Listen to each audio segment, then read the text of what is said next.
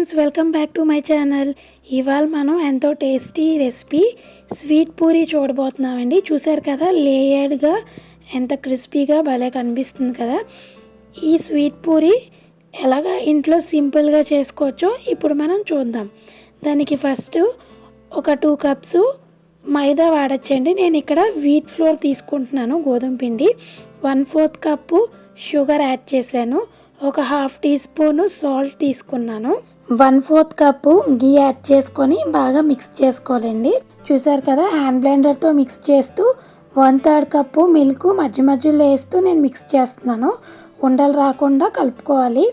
కొంచెం మొత్తం కలిసిన తర్వాత చేత్తో కొంచెం ఒక 5 to 10 minutes వరకు బాగా కలుపుకోవాలండి. మనం ఎంతసేపు కలుపుకుంటామో దాన్ని బట్టి క్రిస్పీగా సాఫ్ట్గా వస్తాయి స్వీట్ పూరీలు. పిండిని బాగా కలిపేసుకున్నాం కదండి. ఇప్పుడు ఒక బౌల్ తీసుకొని ఆ కలుపుకున్న పిండిని ప్లేస్ చేసి 1 అవర్ రెస్ట్లో ఉంచాలండి.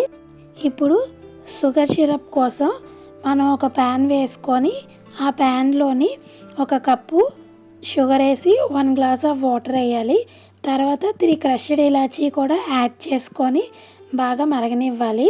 ఇప్పుడు మనం గంట నానబెట్టుకున్న పిండి ఉంది కదా, దాన్ని చపాతీలు చేయడానికి రెడీ చేసుకొని పెద్ద చపాతీలు అన్నీ ఒకే సైజు చేసుకోవాలండి. రెగ్యులర్గా చపాతీలు అయితే ఆయిల్ వేస్తాం కదా, వీటికి ఆయిల్ కాదు, పూరీలు ఒత్తుకున్నట్టు ఒత్తుకొని సింగిల్ లేయర్తో రెడీ చేసి ఉంచుకోవాలి. చూసారు కదా, షుగర్ సిరప్ రెడీ అయిపోయింది. ఇప్పుడు మనం ఒక ప్యాన్ పెట్టుకొని ఆయిల్ వేసుకోవాలి డీప్ ఫ్రైకి. మనం రెడీ చేసుకొని ఉంచుకున్న చపాతీలు ఉన్నాయి కదా, దాని మీద గీ 1 స్పూన్ వేస్తూ పిండి జల్లుతూ ఒక చపాతీ పెట్టి మళ్ళీ గీ పిండి వేస్తూ మళ్ళీ ఇంకో చపాతీ పెట్టాలి. అలా 5 లేయర్స్ చేసిన తర్వాత రోల్ చుట్టుకొని 1 ఇంచ్ గ్యాప్తోని కట్ చేసుకోవాలండి. చూసారు కదా, 1 ఇంచ్ గ్యాప్తో కట్ చేసుకుంటే ఇలా లేయర్స్ కనబడతాయి.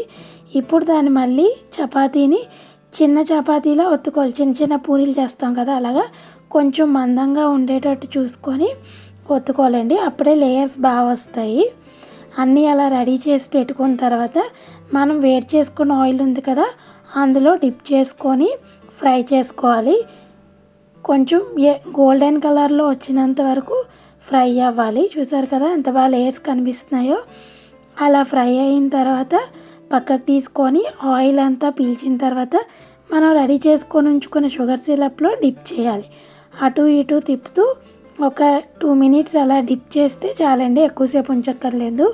డిప్ చేసి తీసుకుంటే మన స్వీట్ పూరి రెడీ అయిపోయింది. చూసారు కదా ఫ్రెండ్స్, ఎంతో టేస్టీ అండ్ స్వీట్ పూరి.